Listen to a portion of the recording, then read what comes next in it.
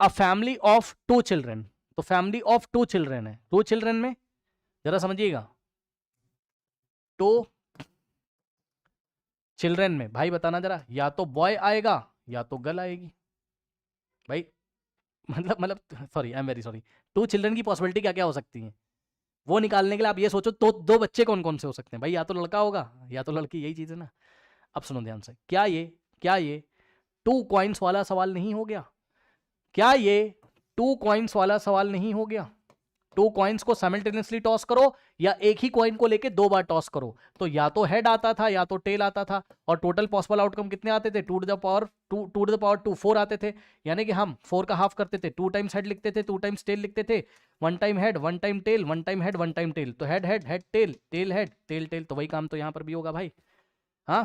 Total possible outcome मतलब एक सिक्के को टॉस करते हो तो आप या तो हेड आएगा तो टेल, तो 2 बच्चे हैं, या तो लड़का होगा या तो लड़की, ऐसा समझो ना भाई, बच्चों में या तो लड़का या तो लड़की, 2 ही पॉसिबिलिटीज हैं,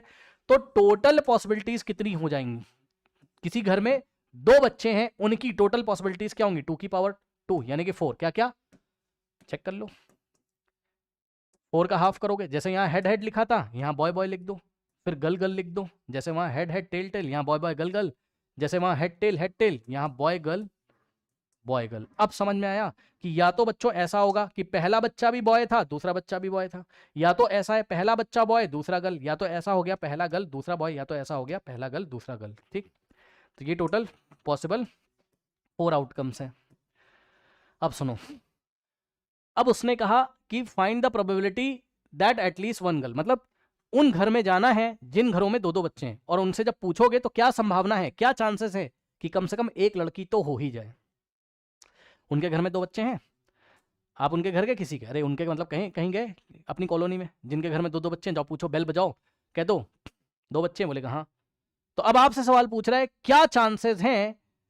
कि कम से कम एक लड़की तो उनके घर में हो ही, एटलीस्ट का मतलब कम से कम एक लड़की, कम से कम एक लड़की, एटलीस्ट का मतलब कम से कम एक हो, दोनों हो तब भी चलेगा।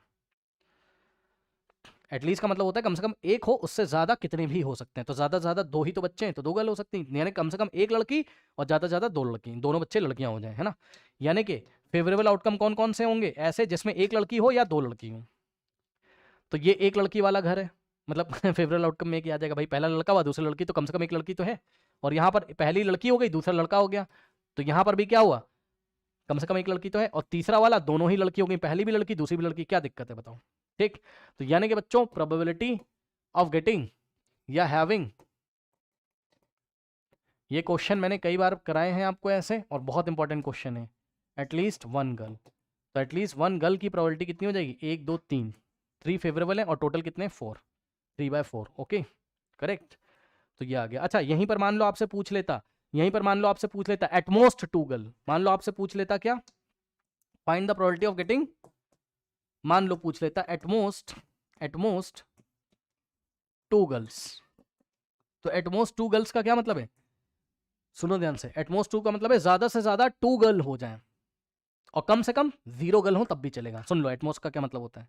ज्यादा से ज्यादा दोनों ही लड़कियां हो जाए, मतलब ज्यादा से ज्यादा 2 गर्ल हो जाए, और कम से कम 0 भी हो सकती हैं, तो जहां 0 है, जहां 0 गर्ल्स है वो भी चलेगा। मतलब इसमें क्या क्या आ जाएगा, ज्यादा से ज्यादा 2 हो, कम से कम 0 वाली गर्ल्स भी चलेंगी, तो दोनों बच्चे लड़के हो यानी कि 0 गर्ल्स हैं, इसमें 0 गर्ल्स हैं ये भी चलेगा, एक गर्ल है वो भी चलेगा, एक है वो भी चलेगा, और दोनों हो वो भी चलेगा, ज्यादा से ज्यादा 2, कम से कम 0 भी हो सकती हैं, यानी कि कम से कम 1 भी हो सकती है 0 भी हो सकती है, चारों चलेंगे इसमें। 4 इसमें फेवरेबल हो गए और टोटल 4, आंसर आ जाएगा प्रोबेबिलिटी 1। तो ये श्योर इवेंट है, एटमोस्ट वाला क्या है, श्योर इवेंट, क्योंकि इसकी प्रोबेबिलिटी कितनी आ रही, 1 आ रही। ठीक,